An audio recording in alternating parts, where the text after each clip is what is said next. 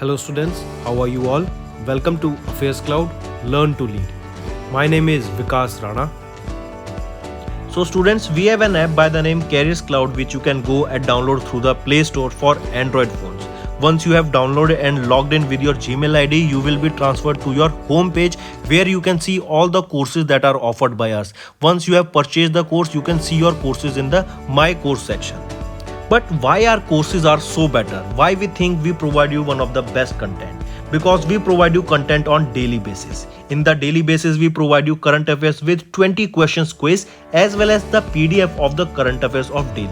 Then similarly for weekly, on weekly basis we provide you current affairs PDF as well as a 50 questions quiz that will help you to revise all the content that you have learned.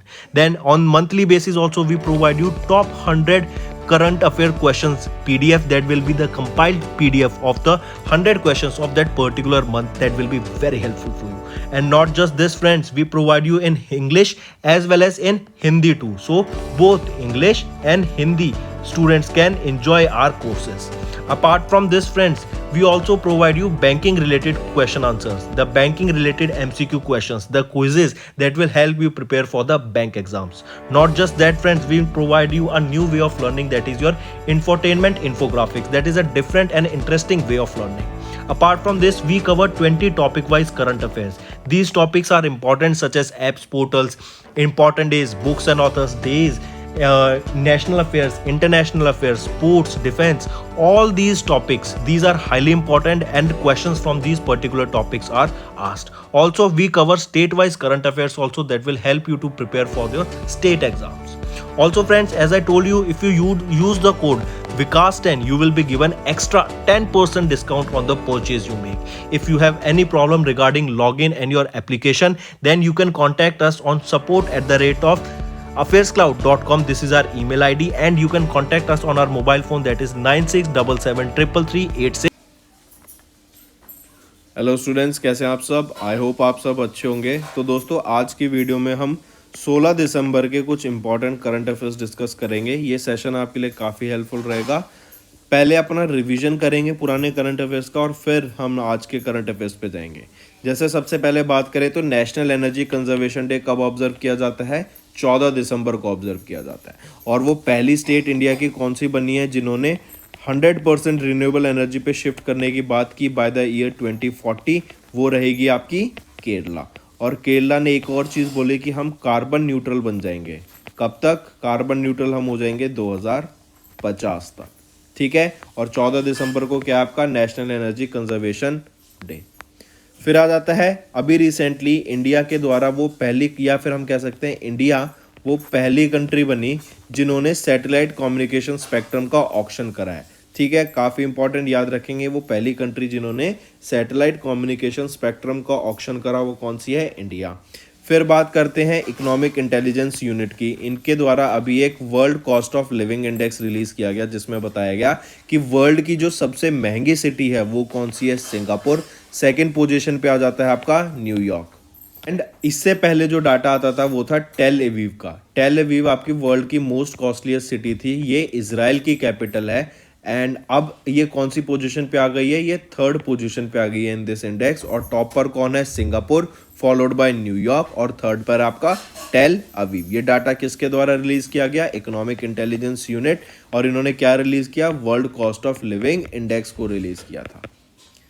चलिए next पे आते हैं। Next बात करते हैं UNCTAD. UNCTAD के द्वारा अभी एक ग्लोबल ट्रेड अपडेट रिलीज किया गया जिसमें बताया गया कि 2022 में जो हमें ग्लोबल ट्रेड देखने को मिला ना वो रिकॉर्ड ब्रेकिंग था और $32 ट्रिलियन का हमें रिकॉर्ड देखने को मिला इन 2022। यही रिकॉर्ड जो अगर हम बात करें आने वाले 2023 में आपका यही ग्लोबल ट्रेड क्या हो जाएगा? रिड्यूस हो जाएगा, डिक्लाइन कर जाएगा due to various economic reasons जो हम देख रहे हैं।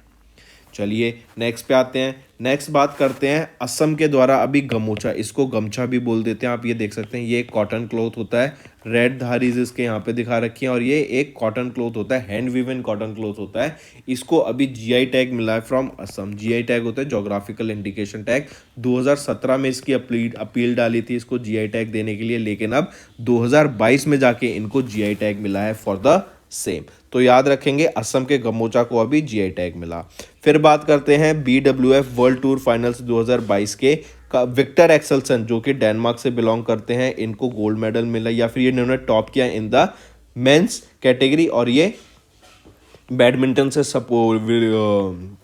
बिलोंग करता है, पहले तो बात ये याद रखेंगे। और अकाने यामागुची ने वीमेन सिंगल टाइटल को जीता।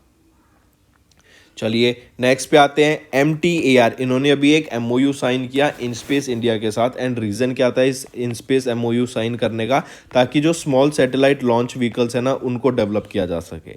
अगर आपको याद हो, ये स्मॉल सैटेलाइट लॉन्च व्हीकल ही थी जिसने आज़ादी सेट को स्पेस में लेके गए थे, लेकिन वो क्या था, एक फेलियर मिशन था। हम क्यों डेवलप करना चाहते हैं small satellite launch vehicle? Because हम शू बॉक्स की साइज़ की सैटेलाइट्स को ईजिली हर हफ्ते लॉन्च कर पाएंगे as a very less interval of time. ठीक है, चलिए नेक्स्ट पे आते हैं। फिर इंटरनेशनल फ्लीट रिव्यू की बात करेंगे। इंटरनेशनल फ्लीट रिव्यू में 3 इंडियन नेवल शिप्स ने पार्टिसिपेट किया, INS Cochin, INS Kavaratti and INS Sumedha. तो ये आपको इंडियन नेवल शिप्स के नाम याद रखने हैं जिन्होंने ये आपकी इंटरनेशनल फ्लीट रिव्यू में पार्टिसिपेट किया। और ये इंटरनेशनल फ्लीट रिव्यू किसके द्वारा होस्ट किया गया? बांग्लादेश नेवी के द्वारा होस्ट किया गया। कहाँ पर होस्ट किया गया? बांग्लादेश में होस्ट करा गया।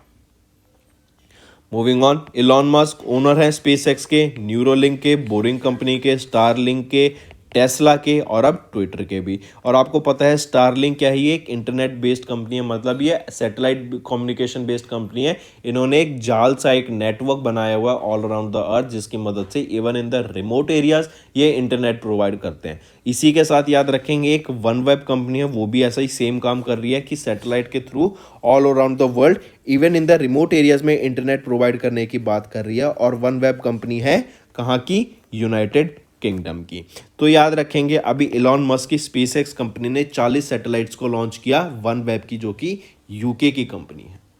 नेक्स्ट आ जाते हैं सफाई कर्मचारी कमीशन। ये सफाई कर्मचारी कमीशन, ये कमीशन किसके द्वारा लॉन्च की गई? सफाई कर्मचारी कमीशन ये असम स्टेट के द्वारा इसको लॉन्च करा गया। तो दोस्तों ये तो हो गए रिवीजन की बात। अब आ जाते हैं हम आज के करंट अफेयर्स पे। सबसे पहले बात करते हैं जीआई टैग। अभी हमने देखा गमोचा को मिला था असम से जीआई टैग, मिथिलिया मखना को बिहार से जीआई टैग मिला हुआ है, सैफरन को मिला हुआ है आपका जम्मू कश्मीर से। तो इसी से रिलेटेड याद रखेंगे जो total number of GI tags है ना इंडिया में प्रोडक्ट्स को मिले हैं वो है 432, क्योंकि अभी रिसेंटली 9 नए टैग्स मिले थे जिसमें से 5 आपके केरला से थे। तो आपको डायरेक्ट ये न्यूज़ याद रखनी है। ठीक, किसके द्वारा दिया जाता है ये जीआई टैग की बात करें तो वर्ल्ड ट्रेड ऑर्गेनाइजेशन के द्वारा रिकॉग्नाइज किया जाता है आपका ये। एंड यही आपका ध्यान रखता है कि कौन से को जीआई टैग देना है। ठीक है, चलिए WTO की मैं बात करूं तो यहाँ पे डायरेक्टर जनरल कौन रहेंगी? ये हैं डॉक्टर नकोजी ओकोंजो-इवेला, और ये पहली अफ्रीकन वीमेन बनी है to be appointed to the post of director general of WTO। 1995 में इसका हेडक्वार्टर WTO आपका इस्टेब्लिश करा गया था। चलिए नेक्स्ट पे आते हैं। फिर बात करते हैं मोटा की। मिनिस्ट्री ऑफ ट्राइबल अफेयर्स ने अभी रिसेंटली एक स्कीम लॉन्च की है पर्टिकुलरली वनरेबल ट्राइबल ग्रुप्स के लिए। ये आपकी स्कीम क्या रहेगी? पर्टिकुलरली वनरेबल ट्राइबल ग्रुप्स के लिए सोशो इकोनॉमिक डेवलपमेंट के लिए उनकी ये ट्राइबल स्कीम लॉन्च की गई। यहाँ पर क्या होगा? आपकी एजुकेशन पे बात की जाएगी, इनकी एजुकेशन पे वर्क किया जाएगा, हेल्थ केयर सेक्टर में इनका ध्यान दिया जाएगा, यहीं पर इनको हाउसिंग प्रोवाइड की जाएगी, proper clean drinking water provide करने की यहाँ पे बात की गई, इनके लिए रोड्स, इंफ्रास्ट्रक्चर, हाउसिंग सभी चीज़ें यहाँ डेवलप करने की बात की गई, ताकि इनको बेटर एक इन्वायरमेंट प्रोवाइड किया जा सके और इनकी भी लाइफ को बेटर बनाया जा सके। ठीक है, चलिए यहाँ पे क्या, अगर हम इस स्कीम की बात करें अबाउट दिस PVTGS, ये क्या है? एक हैबिट डेवलपमेंट अप्रोच रहेगी so that their culture and heritage retain रह सके, और इसी के साथ साथ इनकी कंजर्वेशन और डेवलपमेंट भी साथ साथ की जा सके। इसी के साथ साथ आपको याद रखना है एकलव्य मॉडल रेजिडेंशियल स्कूल्स। ये स्कूल्स किन के लिए हैं? ये आपके शेड्यूल्ड ट्राइब्स के बच्चों के लिए हैं। 6ठी से लेके 12वीं क्लास के बच्चों को यहाँ एजुकेशन प्रोवाइड की जाएगी, क्वालिटी एजुकेशन प्रोवाइड करने की बात की गई टू शेड्यूल्ड ट्राइब्स। ठीक है, ये हो गया। नेक्स्ट पे आते हैं। नेक्स्ट हम बात करेंगे इंडिया। हम जानते हैं इंडिया के पास G20 की प्रेसिडेंसी है 1 दिसंबर से 2022 से लेके 30 नवंबर 2023 तक। तो अभी इंडिया की पहली G20 finance and central bank deputies की मीटिंग हुई अंडर G20 प्रेसिडेंसी। कहां पर हुई? बेंगलोर कर्नाटका में हुई। अगर मैं G20 की बात करूं तो किस थीम पर बेस्ड है? वसुधैव कुटुंबकम या फिर one earth one family one future, इस थीम पर बेस्ड है। प्राइम मिनिस्टर नरेंद्र मोदी ने ये थीम को लॉन्च किया था और इसी में लोटस था, और लोटस का ही सिंबल की वजह से अगर आपको याद हो तो बीजेपी का भी ये सिंबल है, इसीलिए कांग्रेस पार्टी और काफ़ी अदर पार्टीज को इसके खिलाफ दिक्कत भी हुई थी। चलिए फिर नेक्स्ट पे आते हैं। नेक्स्ट क्या रहेगा? आईईएक्स। आईईएक्स क्या है? Indian energy exchange. ये इंडिया की पहली carbon neutral power exchange company बनी जो कि मार्केट बेस्ड ट्रेड इंस्ट्रूमेंट्स को यूज करके कार्बन एमिशंस को कंट्रोल करेगी। अब देखो हम जो यहाँ पे बात कर रहे हैं ना, इंपॉर्टेंट क्यों रहेगी कि अभी डाटा रिलीज आया यूनाइटेड नेशन एनवायरनमेंट प्रोग्राम के हिसाब से, जो कि नायरोबी कीनिया में जिनका हेडक्वार्टर है। तो यूएनईपी ने एक डाटा रिलीज किया और बताया कि जो हमारे ग्रीन हाउस गैस एमिशंस है ना, उसको हमें 45% से रिड्यूस करना होगा बाय द ईयर 2030। और यही लिमिट को अगर हम अचीव कर लेते हैं, अगर 40, 50, 45% से ऊपर अगर हम कार्बन एमिशंस को रिड्यूस कर देते हैं बाय 2030 तक, तो जो हमारा क्लाइमेट चेंज में शिफ्ट होगा ना, जो टेम्परेचर राइज होगा ग्लोबल वार्मिंग की वजह से, वो 1.5 डिग्री सेल्सियस से नीचे नीचे रहेगा as per the Paris agreement जो बात की गई थी। ठीक, तो इसी को ध्यान में रखते हुए आईईएक्स इंडिया की पहली carbon neutral power exchange company बनी जो कि यूज कर रही है market based tradable instrument to offset the carbon emissions. यहीं पर ईकेआई एनर्जी भी याद रखेंगे, ये ग्लोबल सर्विस प्रोवाइडर है इन energy, carbon credit and quality management, जो कि सस्टेनेबिलिटी की तरफ वर्क करने में कंपनीज की हेल्प करती है। तो ईकेआई एनर्जी ने आईईएक्स की हेल्प करी to achieve this particular target. ठीक है, चलिए अगर आईईएक्स की मैं बात करूं, इंडियन एनर्जी एक्सचेंज की हेडक्वार्टर्स का है नोएडा उत्तर प्रदेश में है, और इस कंपनी के चेयरमैन एंड मैनेजिंग डायरेक्टर कौन रहेंगे? Satyanarayan Goyal. Next, IEF deployed fighters and other assets in the annual exercise in the eastern command. Eastern command में ही ये क्यों यहाँ पर आपके फाइटर जेट्स और आपके अलग से लोगों को इस्टेब्लिश किया गया है? क्योंकि अभी हमने देखा 9 दिसंबर को इंडिया और चाइना के ट्रूप्स के बीच में क्लैश हुआ। इसका रीज़न क्या था? क्योंकि वो वहाँ पर हमारे ट्वांग सेक्टर में अंदर चाइनीज घुसाए थे, तो इंडियंस ने उनको वापस धकेल दिया। इसी से याद रखेंगे जो लाइन ऑफ एक्चुअल कंट्रोल है ये कहाँ पर है? इंडिया और चाइना के बीच में। तो लाइन ऑफ एक्चुअल कंट्रोल पर तावांग सेक्टर में ये आपका क्लैश हमें देखने को मिला था, और यहीं पर हमारी सिक्योरिटी बढ़ाने के लिए इंडियंस ने और इंडिया ने यहाँ पर अपने फाइटर जेट्स को और जो अदर एसेट्स हैं, जो अपने इक्विपमेंट्स हैं, उसको बढ़ा दिया ताकि अगर फ्यूचर में कोई कॉन्फ्लिक्ट होता है हम उनको टक्कर जवाब दे सकें। ठीक है, तो इसको याद रखेंगे।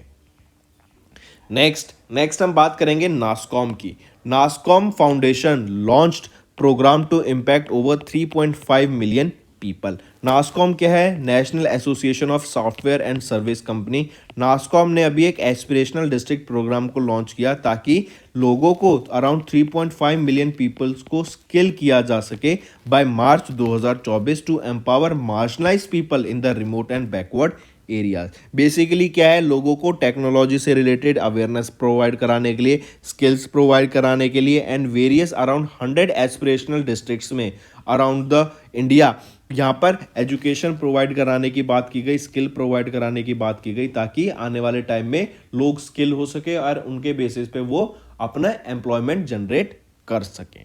ठीक है, याद रखेंगे। इंटरनेशनल अफेयर्स पे आते हैं, तो अभी रिसेंटली एक पासपोर्ट इंडेक्स रिलीज किया गया आर्ट एंड कैपिटल के द्वारा, और इस आर्ट एंड कैपिटल के पासपोर्ट इंडेक्स में जो इंडिया की रैंक रहेगी वो 66 रहेगी। ठीक है, पहली चीज़ तो ये याद रखेंगे। फिर यहीं पे याद रखेंगे जो 66 में से हमारे अगर हम बात करूं जहां पर हम ट्रैवल वीज़ा फ्री कर सकते हैं वो है 24 कंट्रीज़, जहां पे हमें चाहिएगा वीज़ा ऑन अराइवल वो है 48 कंट्रीज़, और जहां पे हमें वीज़ा प्रायर वीज़ा लेके जाना पड़ेगा वो है 126 कंट्रीज़। ये तो हो गई इंडिया की बात। जहां पे आर्ट एंड कैपिटल के हिसाब से पासपोर्ट इंडेक्स में इंडिया 66 रैंक पर आता है in the world strongest passport list में। पहली पोजीशन पे कौन आ जाता है आपका? वो है यूनाइटेड अरब एमिरेट्स। सबसे पावरफुल पासपोर्ट बना गया as per art and capital के पासपोर्ट इंडेक्स 2022 के हिसाब से। सेकंड पोजीशन पे आ जाता है आपका यूरोपियन कंट्रीज, थर्ड पोजीशन पे यूएसए आ जाता है जो 116 नेशंस में वीज़ा फ्री ट्रैवल कर सकते हैं। ठीक है, काफ़ी इंपॉर्टेंट है, इसको भी याद रखेंगे। आर्ट एंड कैपिटल की मैं बात करूं तो याद रखना, जो आर्ट एंड कैपिटल है ना आपका, ये 2014 में फाउंड किया गया था। ठीक है, और टॉप पर यहाँ पे UAE first position, second European nations आ जाते हैं, थर्ड पर आपका यूएसए आ जाता है और 66 पोजीशन पे हमारा इंडिया है in this particular passport index of 2022 जो आर्ट एंड कैपिटल के द्वारा रिलीज किया जाता है। फिर हम बात करते हैं ईरान में। हम जान रहे हैं वीमेंस के खिलाफ, उनके हिजाब के खिलाफ काफ़ी ज़्यादा प्रोटेस्ट चल रहा है। एंड अभी रिसेंटली जो ईरान फुटबॉल टीम के गोलकीपर हैं, उन्होंने इस प्रोटेस्ट में पार्टिसिपेट किया था, तो उनको भी अभी डेथ सेंटेंस सुना दी गई है। ये अभी लेटेस्ट की न्यूज़ याद रखना। तो अभी यूएन के द्वारा क्या किया गया है, ईरान को वीमेन राइट बॉडी से हटा दिया गया है। I repeat, United nation economic and social council ने अभी वोट किया ताकि ईरान को हटाया जा सके from the women rights body, जो कि United Nation Commission on the Status of Women है, for the reminder of the 2022 से 26 के टर्म के बीच में ईरान को इमीडिएट इफेक्ट से हटा दिया गया है फ्रॉम दिस पर्टिकुलर बॉडी। ये रीज़न क्या है कि वीमेंस के खिलाफ हम देख रहे हैं जो रैलीज हो रही हैं, वहाँ पर ईरान की जो आर्मी है वो ओपन फायर कर दिया था उन्होंने। काफ़ी लोगों की वहाँ पे डेथ भी हमें देखने को मिली है ड्यूरिंग दिस पर्टिकुलर जो ये हिजाब प्रोटेस्ट चल रहा है काफ़ी टाइम से। काफ़ी लोगों के, मतलब आप ये समझिए, अगर इंडिया में कहीं पे प्रोटेस्ट हो रहा है और वहाँ पे सरकार आके ओपन फायरिंग कराने को कह दे कि भाई इनको मार दो, गोली मार दो, तो वो तो गलत है ना। ठीक है, चलिए नेक्स्ट पे आते हैं। फिर नेक्स्ट हम बात करते हैं ग्लोबल आर्म्स मैन्युफैक्चरर्स इन 2021 की एक लिस्ट रिलीज की गई सिप्री के द्वारा। सिप्री ने ये top 100 arm producing and military service companies की 2021 की एक लिस्ट रिलीज की, जिसमें इंडिया की 2 कंपनीज आई, मैन्युफैक्चरिंग कंपनीज, जो कि इंडिया की मिलिट्री सर्विस और मिलिट्री इक्विपमेंट्स प्रोवाइड करती हैं। वो है हिंदुस्तान एरोनॉटिक्स लिमिटेड और दूसरी है भारत इलेक्ट्रॉनिक्स लिमिटेड। यहीं पर अगर मैं हॉल की बात करूं, देखो 2 डाटा याद रखेंगे हम, एक तो 2020 का और एक रिसेंट का 2021 का। हॉल की मैं बात करूं 2020 में हॉल की क्या रैंक रहेगी इन दिस पर्टिकुलर इंडेक्स, वो थी 43 और अब 2021 में बढ़कर कितनी हो गई है 42। भारत इलेक्ट्रॉनिक्स लिमिटेड की जो इंडिया की रैंक थी पहले वो थी 69 और अब इंप्रूव करके कितनी हो गई है 2021 में 63। तो ये इंडेक्स की रैंक भी आपको पता होनी चाहिए। तो इंडिया की दोनों company Johnsy in top 100 arm producing and military service companies में आई। सिप्रीज की बात करें तो डायरेक्टर कौन रहेंगे, डैन स्मिथ रहेंगे। ये कब इस्टेब्लिश किया गया था, 1989 में इसको इस्टेब्लिश करा गया था। हेडक्वार्टर कहाँ रहेगा सिप्री का, स्टॉकहोम स्वीडन में। नेक्स्ट हम बात करते हैं इंटरनेशनल लेबर ऑर्गेनाइजेशन के द्वारा अभी एक रिपोर्ट रिलीज की गई जो थी द इम्पैक्ट ऑफ कोविड-19 and inflation on the wages and purchasing power. मतलब जो आपके लेबर हैं उनकी जो वेजेस हैं उनमें हमें देखने को मिला है एक रिडक्शन, एंड ऐसा पहली बार हुआ सेंचुरी में कि हमें एक नेगेटिव ग्रोथ रेट देखने को मिली है in the global ways of this labours. Asia Pacific region में जो रियल वेज ग्रोथ रेट देखने को मिली थी वो थी 3.5% इन 2021 और इसी को स्लो डाउन करके देखने को मिल रही है हमें 1.3% इन 2022। और ये रीज़न क्या है, एक तो इन्फ्लेशन का all around the world, war चल रही है, ठीक है, और काफ़ी चीज़ें ऐसी जियोपॉलिटिक्स हो जाती है जिसकी वजह से हम देखते हैं जो प्राइसेस में काफ़ी ज़्यादा हमें फ्लक्चुएशन देखने को मिलता है। एंड कोविड-19 तो आप जानते हैं one of the biggest reason जिसकी वजह से हमें ये सारा सिनेरियो देखने को मिल रहा है। ऑलराइट, तो रिपोर्ट थी कौन सी, द इम्पैक्ट ऑफ कोविड-19 and inflation on the wages and purchasing power, किसके द्वारा रिलीज की गई थी, ILO के द्वारा। नेक्स्ट आते हैं फूड एंड एग्रीकल्चर ऑर्गेनाइजेशन जो कि यूनाइटेड नेशन का एक काम है, इनके द्वारा भी एक अभी रिपोर्ट रिलीज की गई और इस रिपोर्ट में बनाया गया कि जो ग्लोबल फूड क्राइसिस है ना वो लाइकली टू इंक्रीज। मतलब अब जैसे आपने देखा 8 बिलियन पॉपुलेशन हमारी पहुंच चुकी है, तो हम धीरे धीरे 15 नवंबर को पहुंची थी, तो अब आप देखेंगे ये डाटा बढ़ चुका होगा। तो हर दिन हमारी पॉपुलेशन बढ़ती जा रही है लेकिन the amount of food resources कितना हमारा वही है, पानी कितना है वही है। अगर आपको याद हो कल का आपने हमारा वीडियो देखा तो उसमें मैंने बताया था कि नासा ऐसा एक पहला सर्वे करने जा रहा है जो कि अर्थ की पूरी वाटर बॉडीज है ना उनका, तो पूरी वाटर बॉडीज का सर्वे करेगा, कितना पानी कहाँ पर है, कैसा है, कितना यूज किया जा सके है, कैसे हम उसको प्लान करके एक आउटरीच पूरी पॉपुलेशन को फीड करने में मदद कर सकते हैं। तो सिमिलरली जो फूड क्राइसिस है ये एक बहुत ज़्यादा सीवियर है। आने वाले 2050 तक हम देखेंगे जो फूड इनसिक्योरिटी है ना वो काफ़ी ज़्यादा बढ़ जाएगी and more than 10 billion people होंगे इस दुनिया में बाय 2050 जिनको फूड करना, जिनके फूड सिक्योरिटी को टैकल करना, जिनको प्रोवाइड करना फूड ऑन रेगुलर बेसिस, वो काफ़ी ज़्यादा अनइमेजिनेबल होने जा रहा है। यहाँ पे जो रिपोर्ट का नाम था वो FAO के द्वारा जो रिलीज की गई वो क्या था, the future of food and agriculture drivers and triggers for transformations. ठीक है, चलिए नेक्स्ट पे आते हैं। नेक्स्ट बात करेंगे, इंडियन गवर्नमेंट ने अभी श्रीलंकन के लोगों को अलाउ किया या श्रीलंकन्स को अलाउ किया कि वो $10,000 के वर्थ ऑफ इंडियन रुपीस को कैश के तौर पर वहां रख सकते हैं। देखो रुपीस का लीगल टेंडर नहीं दिया है श्रीलंका में, लेकिन स्टिल जैसे आप देखते हैं बाहर की कंट्रीज में क्या होता है, जहां पे उनकी कंट्रीज खुद की करेंसी अगर अच्छे से काम नहीं करती तो वो क्या करते थे, डॉलर्स को रख लेते थे क्योंकि वो डॉलर्स को काफी स्टेबल मानते हैं। सिमिलरली श्रीलंका में क्या हो रहा है कि अब इंडियन गवर्नमेंट ने बोला श्रीलंका को कि आप डॉलर्स की जगह इंडियन रुपीस को अपने अकाउंट में रख लो कैश के तौर पर, आप रुपीस को वहां पर अपने यूज करो। ठीक है, इससे क्या होगा कि उनकी जो करेंसी खुद की गिर रही है वो तो चलो गिर रही है, लेकिन जो इंडियन रुपी स्टेबल है वो अपनी इकोनॉमी में इन्होंने बोला कि आप इसको इंट्रोड्यूस कीजिए, जिससे एक तरीके से देखा जाए तो हम कह सकते हैं दो ये लीगल टेंडर नहीं है इंडियन रुपीस का इन श्रीलंका, लेकिन आने वाले टाइम में जब श्रीलंका में ही इंडिया के पैसे सर्कुलेट होने लग जाएंगे तो कहीं ना कहीं हम कह सकते हैं कि वहां पर भी इंडिया के रुपीस को वर्क करने का काफी अच्छा मौका मिलेगा और हमने वो इकोनॉमी को भी अपने पास ले लिया है। ठीक है, तो काफी इंपॉर्टेंट है, याद रखेंगे। $10,000 कितने हो गए, अराउंड 8.14 लाख रुपीस को अपने पास कैश के तौर पे रखने का उनको अप्रूव दे दिया है। नेक्स्ट आ जाते हैं। नेक्स्ट हम बात करेंगे होलसेल प्राइस इंडेक्स। ये आपकी इन्फ्लेशन की बात की जा रही है, तो it has been drop to a 21 month low of 5.85% in the month of November 2022। ठीक है, मतलब अब हम देख रहे हैं जो इंडिया में गुड्स के प्राइसेस हैं, जो सर्विसेज के प्राइसेस हैं, वो कहीं ना कहीं नीचे जाते जा रहे हैं। जो पहले महंगाई हमें देखने को मिल रही थी अब वो काफ़ी से रिड्यूस हो गई है। अगर हम सिमिलर बात करें नवंबर 2021 की तो हमें देखने को मिला था अराउंड 14.87% इन CPI इन्फ्लेशन, और यहीं पर अगर मैं बात करूं अक्टूबर 2022 की तो वो था डाटा अराउंड 8.39% का, लेकिन अगर हम देखें नवंबर 2022 की तो 5.85% ये डाटा आया है निकल के। Next, ministry of electronics information and technology ने अभी गूगल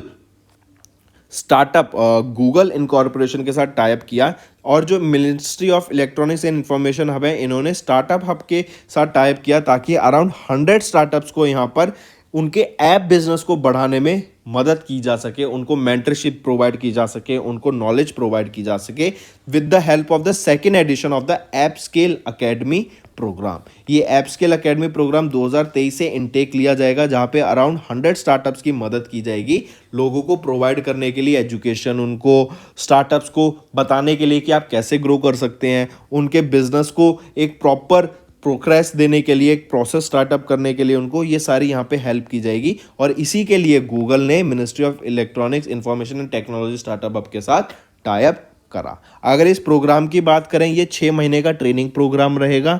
ठीक है, यहाँ पर आपकी global market, UX design, business model, monetization strategies, international level पे कैसे एक्सपेंड करें, data safety, data practices, data security, इन सारी चीज़ों की बात यहाँ पे स्टार्टअप्स को प्रोवाइड की जाएगी। ठीक है, स्टार्टअप के पास उनका एक खुद का मेंटर होगा जिसकी मदद से वो अपने सारे क्वेश्चंस को भी सॉल्व करा सकते हैं। अगर हम बात करें इंडिया में स्टार्टअप्स की तो around 50% of the Indian startups जो हैं वो टायर 2 और टायर 3 सिटीज से आते हैं, जहां पर हम देखते हैं कि गूगल ने अपना प्रोसेस ये लॉन्च किया ताकि मोर देन 100, अभी तो यहाँ पे 100 स्टार्टअप्स की बात की, लेकिन आने वाले टाइम में अराउंड 1000 स्टार्टअप्स को हम इसके अंदर ला सके, जो कि स्टेट से होंगे, सिटीज से होंगे, जैसे सूरत, इंदौर, कैम्बिटोर, गैंगटक एंड जयपुर। चलिए फिर बात करते हैं माइक्रोसॉफ्ट की। Microsoft and Viasat. देखो वाईसेट एक कंपनी है जो कि आपकी सैटेलाइट बेस्ड इंटरनेट प्रोवाइड करने की बात कर रही है। ठीक, तो ऐसे याद रखेंगे यही काम कौन कर रहा है, स्टारलिंक कर रहा है। यही काम कौन कर रहा है, OneWeb कर रहा है। ठीक है, तो ये इनके राइवल हो गए। तो माइक्रोसॉफ्ट ने अभी वाईसेट के साथ पार्टनर किया ताकि इंटरनेट सर्विसेज प्रोवाइड की जा सके, सैटेलाइट इंटरनेट प्रोवाइड किया जा सके ग्लोबली बाय 2025, मतलब 2025 तक सैटेलाइट इंटरनेट प्रोवाइड करने की बात की गई ग्लोबली बाय 2025। इससे अराउंड 10 मिलियन पीपल इसका एक्सेस ले सकेंगे और इस 10 मिलियन में से 5 मिलियन जो लोग होंगे वो आपके अफ्रीकन रीजन से होंगे। ठीक है, क्योंकि अब हम देख रहे हैं इवन अफ्रीका में आपने देखा रिसेंटली यूएस जो बाइडन ने वहां पे गए मीटिंग की, तो एक अफ्रीका क्या है भाई, अनएक्सप्लोर्ड एरिया है। वहां पर आप देखेंगे अब बिल्कुल अनएक्सप्लोर्ड एरिया है, बिल्कुल कोई इंफ्रास्ट्रक्चर डेवलपमेंट नहीं है वहाँ पे, बहुत गरीब लोग रहते हैं, महामारी वहीं पे फैलती हैं। आप देखेंगे जो पॉवर्टी है, फूड क्राइसिस है, जो वाटर क्राइसिस है, मोस्टली हमें वहाँ पे देखने को मिलता है क्योंकि वहाँ पे अभी डेवलपमेंट नहीं पहुँची है। तो वहाँ पर उस एरिया को आप कैटर करने के लिए आप देखेंगे ये सारी चीज़ें लाई जा रही हैं ताकि वहाँ पे भी डेवलपमेंट की जा सके। ऑलराइट, चलिए नेक्स्ट पे आते हैं। NHPC, national hydro electric power corporation के जो चेयरमैन एंड मैनेजिंग डायरेक्टर बने, या फिर हम कह सकते हैं जिनको एडिशनल चार्ज दिया गया of chairman and managing director of national hydro electric power corporation, वो कौन है? राजीव कुमार बिश्नोई जी। काफ़ी इंपॉर्टेंट, 13 दिसंबर 2022 से इनकी ये टर्म इफेक्ट स्टार्ट हो जाएगा। काफ़ी इंपॉर्टेंट, याद रखेंगे। नेक्स्ट आ जाता है 160 मीटर ट्राइसोनिक विंड टनल को अभी बनाया गया है ताकि जो इसरो के नए आपके आने वाले फ्यूचर में स्पेस व्हीकल डिजाइन है उनको टेस्ट किया जा सके।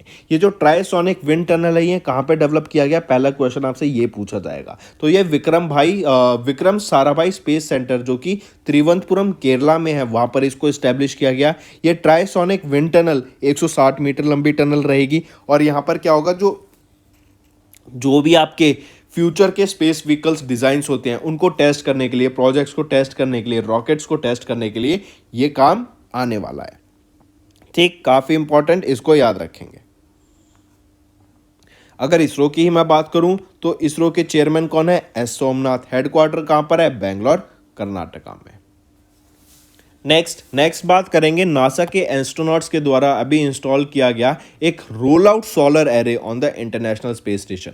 Jos Cassada and Frank Rubio, ये दो एस्ट्रोनॉट हैं जिन्होंने अभी रोल आउट सोलर एरे, जिसका नाम रोसा रखा गया, उसको ऑन इंटरनेशनल स्पेस स्टेशन के स्ट्रक्चर में भी इनबिल्ट किया गया। ये क्या होगा? ये सोलर एरे रहेगा, सोलर एनर्जी को कैप्चर करेगा, मतलब यहाँ पे एनर्जी जनरेट करने की बात की जाएगी एज अ फ्यूल। यहाँ पर after being installed on the station starboard 4 truss segment, the roll out solar array successfully extended to its full length of 60 metres. ये काफ़ी इंपॉर्टेंट है, याद रखेंगे। और इससे क्या होगा, आपके पहली चीज़ तो याद रखेंगे, इसको डिलीवर किया गया था स्पेस एक्स के ड्रैगन कैप्स कार्गो के प्लेन के दौरान, जो कि प्रोवाइड करता है 30% more power to international space station. इसकी मदद से 1,20,000 वाट ऑफ इलेक्ट्रिसिटी प्रोवाइड की जाएगी ड्यूरिंग ऑर्बिटल डे टाइम इस रोसा की मदद से, क्योंकि ये एक सोलर एरे है, जैसे सोलर पैनल हो गया, तो ये सोलर एनर्जी को जनरेट करेगा और सोलर एनर्जी जनरेट करने से ये आपकी पावर करेगा सोलर स्टेशन को, इंटरनेशनल स्पेस स्टेशन को। नेक्स्ट बात करते हैं मेंस हॉकी वर्ल्ड कप 2023 में कहां पर होगा? इंडिया में होगा। इंडिया में कहां पर होगा? ओडिशा में होगा। ओडिशा में भुवनेश्वर में होगा। ये पहली चीज याद रखेंगे, ठीक है। भुवनेश्वर एंड राउरकेला में आपका 2023 का मेंस वर्ल्ड कप होगा, FIH का, इंटरनेशनल हॉकी फेडरेशन का, ओडिशा में, ठीक है। ये आपका 15th एडिशन रहेगा इसका, पहली चीज याद रखेंगे। कब से कब? 13 जनवरी से लेके 29 जनवरी के बीच में होगा और 16 नेशन यहां पर इसमें पार्टिसिपेट करेंगे। अब जो न्यूज आ रही है वो क्या है कि FIH men's hockey world cup 2023 का जो ओडिशा, भुवनेश्वर और राउरकेला में होगा, इसके जो ऑफिशियल पार्टनर हैं वो कौन बन गए हैं? टाटा स्टील। काफी इंपॉर्टेंट, याद रखेंगे, ठीक है। और इसी के साथ साथ याद रखेंगे ये जो मेंस वर्ल्ड कप है 2023 का, ये इंडिया का चौथा होस्टिंग होगा ऑफ द प्रेस्टिजियस टूर्नामेंट। इससे पहले 1982 बॉम्बे में हुआ था, 2010 दिल्ली में हुआ था, 2018 ओडिशा में हुआ था और अब वापस 2023 में कहां पर होगा? ओडिशा में ही, ठीक है। काफी इंपॉर्टेंट है, याद रखेंगे। चलिए फिर बैडमिंटन एशिया जूनियर चैंपियनशिप की बात करें तो उन्नति हुड्डा, इन्होंने इंडिया का पहला मेडल जीता इन द अंडर 17 कैटेगरी। और कौन सा मेडल जीता? इन्होंने सिल्वर मेडल जीता है। यहाँ पर आई रिपीट, इंडियन शटलर उन्नति हुड्डा, इन्होंने अभी सिल्वर मेडल जीता और ये पहला मेडल रहेगा किसी भी इंडियन का, first ever Indian to win a medal in the under 17 category in an Asian meet. तो किन्होंने? उन्नति हुड्डा ने सिल्वर मेडल जीता। और फिर नेक्स्ट आ जाते हैं हिमंता बिस्वा शर्मा जी। इनके द्वारा अभी अरुणोदय 2.0 स्कीम को लॉन्च किया गया। ये स्कीम क्या है, बेसिकली ये आपकी डायरेक्ट बेनिफिट ट्रांसफर स्कीम है, जिसमें लोगों के अकाउंट में डायरेक्ट पैसा ट्रांसफर किया जाता है। यहाँ पर वीमेंस के अकाउंट में अराउंड 1250 रुपीज़ हर महीने की 10 तारीख को ट्रांसफर किया जाता है, ताकि जो बिलो द पॉवर्टी लोग रहते हैं उनको भी कुछ सहारा मिल सके। इसी के अंडर आप देखेंगे अराउंड 4142 करोड़ रुपीस का इसका बजट रहता है एनुअली, जिसकी मदद से इतना अमाउंट ऑफ पैसा ये हर साल किसी भी लोगों के अकाउंट में, जो गरीब लोग हैं, जो बिलो द पॉवर्टी रहते हैं, उनके अकाउंट में ये पैसा ट्रांसफर किया जाता है। काफ़ी इंपॉर्टेंट स्कीम रहेगी अरुणोदय 2.0। ये किसकी स्कीम है? ये असम की स्कीम है। असम के द्वारा अगर आपको याद हो तो एक और जीआई टैग मिला था वहाँ के प्रोडक्ट को, वो क्या था? गमोचा, हमने डिस्कस किया। ठीक है, तो हिमंता बिस्वा शर्मा जी के द्वारा ये flagship scheme of Assam government launch की गई with an financial outlay of 4142 crore rupees, और यहाँ पे 1250 रुपये हर महीने 10 तारीख को लोगों के अकाउंट में यहाँ पे ट्रांसफर करने की बात की गई। काफ़ी इंपॉर्टेंट, यहाँ पे याद रखेंगे। ठीक है, तो अरुणोदय क्या है? ये आपकी एक पॉवर्टी एलिवेशन स्कीम है जो कि 1 दिसंबर 2020 को लॉन्च की गई थी। It is one of the 18 flagship schemes of the Assam government जो कि करंटली अभी ऑपरेशनल है, और 10 तारीख हर महीने के अकाउंट 10 तारीख को हर महीने ये अमाउंट लोगों के अकाउंट में चला जाता है। ठीक है, चलिए ठीक है फ्रेंड्स, ये तो हो गए हमारे आज के करंट अफेयर्स। अब आ जाते हैं रिवीजन पे। गवर्नमेंट ऑफ इंडिया ने जीआई टैग दिया 9 नए प्रोडक्ट्स को, और टोटल जीआई टैग्स कितने हैं इंडिया में? 432। मोटा ने इंप्लीमेंट किया scheme of the development of particularly vulnerable tribal groups. India host करेगा पहला G20 finance and central bank deputies meeting under G20 presidency in Bangalore. IEX India का पहला कार्बन न्यूट्रल पावर एक्सचेंज बना। आईईएफ ने कंडक्ट की एक annual exercise in the eastern sector. NASSCOM foundation launches program to impact over 3.5 million people. फिर आ जाते हैं पासपोर्ट इंडेक्स 2022 की, ये आर्ट एंड कैपिटल के द्वारा रिलीज किया गया। इंडिया की रैंक रहेगी 66, और टॉप पर कौन रहा? यूएई। फिर आ जाते हैं यूनाइटेड नेशंस की इकोसोक, इन्होंने वोट किया ताकि ईरान को हटाया जा सके from women's right body, that is UNCSW। SIPRI की रिपोर्ट आई जिसमें बताया गया कि इंडिया की हॉल और बेल ये आपकी top 100 global arms manufacturers company में आती हैं। ILO की ग्लोबल वेज 2022-23 की रिपोर्ट थी, global monthly wages fell to -0.9%, मतलब हमें जो ग्रोथ देखने को मिला है वो -0.9% का देखने को मिला है एज कम्पेयर टू 2021-2022 में। FAO की रिपोर्ट आई ग्लोबल फूड क्राइसिस, और इसमें बताया गया कि आने वाले टाइम पीरियड में जो हमें फूड इनसिक्योरिटी देखने को मिलेगी वो बढ़ेगी ही, कम नहीं होगी। लोग जो ज़्यादा भूख से मरते हैं उनकी भूख ज़्यादा बढ़ेगी ही बढ़ेगी, क्योंकि as the population will increase, तो जो अमाउंट ऑफ फूड रिसोर्सेज है वो भी हमें टैकल करना पड़ेगा। इंडियन गवर्नमेंट ने अलाउ किया श्रीलंका के लोगों को कि वो $10,000 के वर्थ ऑफ इंडियन रुपीज़ को कैश के तौर पे होल्ड कर सकते हैं। WPI drops to 21 month low of 5.85% in the November month of 2022। फिर गूगल एंड MEITY इनके द्वारा अभी 100 इंडियन स्टार्टअप्स को विद एप्सस्केल एकेडमी 2023 के साथ मिलकर यहाँ पे मेंटर किया जाएगा, उनकी हेल्प की जाएगी टू स्केल। माइक्रोसॉफ्ट और वायासेट ने पार्टनर किया ताकि सैटेलाइट इंटरनेट को डिलीवर किया जा सके ग्लोबली बाय 2025। 10 मिलियन लोगों को यहाँ पे डिलीवर करने की बात की गई सैटेलाइट इंटरनेट, जिसमें से 5 मिलियन होंगे अफ्रीका रीजन से। राजीव कुमार विश्नोई इनको एडिशनल चार्ज दिया गया of chairman and managing director of NHPC। ISRO ने 160 मीटर की ट्राइसोनिक विंड टनल को भी टेस्ट किया at Vikram Sarabhai space centre, जो कि त्रिवेंद्रपुरम केरला में है। नासा एस्ट्रोनॉट ने सक्सेसफुली इंस्टॉल किया एक roll out solar array on international space station.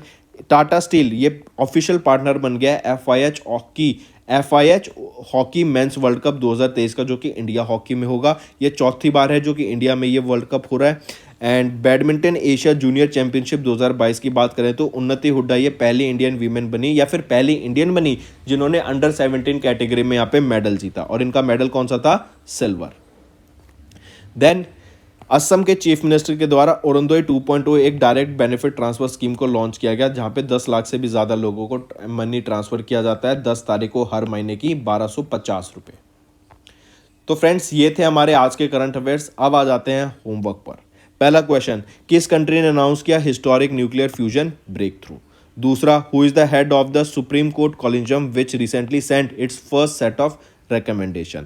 तीसरा, किस स्टेट या यूनियन टेरिटरी ने भी प्रपोज किया launch of a unique alpha numeric identification number for all families. चौथा, which institution launch the international climate club. और पांचवा आ जाता है, किस स्टेट ने भी पास किया एक bill to remove the governor as the chancellor of state universities. तो काफ़ी इंपॉर्टेंट रहेंगे ये 5 क्वेश्चन फ्रेंड्स, ये आपके होमवर्क रहेंगे। आई होप आपने असाइनमेंट को अंडरस्टूड किया अच्छे से क्या करना है। एंड अगर सेशन पसंद आ रहा है फ्रेंड्स तो लाइक कर दें एंड कमेंट करके ज़रूर बताएं आपके क्या व्यूज़ रहते हैं। आप चाहते हैं अगर ऐसी वीडियोस हम फ्यूचर में लाते रहें तो कमेंट ज़रूर करके आपको बताना है। So that's all for the day friends, thank you and have a nice day. That's all for the day, friends. I hope you enjoyed the session, and you can follow us on the YouTube channel, as well as apart from YouTube channel, you can go and follow us at Affairs Cloud Telegram channel. And if you have any queries related to the content or the of courses offered to you or the payment which you did on the application, you can contact us on the number provided, that is 7677333862. Apart from this friends, you can follow us on the Facebook as well as on Instagram handle, that is affairscloud_official. In the end friends, if you use a code that is Vikas10, you will be getting an additional extra 10% discount by using this code Vikas10. Also, if you have any problem regarding the course purchase, any problem regarding to our application, you can contact us on the mobile number, that is 9677333862. And if you want to mail us, you can also mail us on support@affairscloud.com, and I assure you that our representative from us will be contacting you soon and resolving your issue.